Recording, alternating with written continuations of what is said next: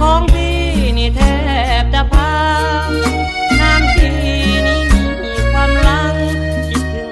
ครั้งสองเราเคยเจอเมื่อก่อนมีสุขเดี๋ยวนี้พี่ทุกข์แทบล้มทั้งยืนเจ็บปวดหัวใจทุกคืนวันยืนเจ้าเปลี่ยนแปลไปขอฝากเสียงเพลงกล่อมบรรเลงไปหาจันแรงว่าคนที่เคยหอมแก้มยังรักจันแรงไม่มีเปลี่ยนใจเพราะคนปากมากจึงทำให้ใจ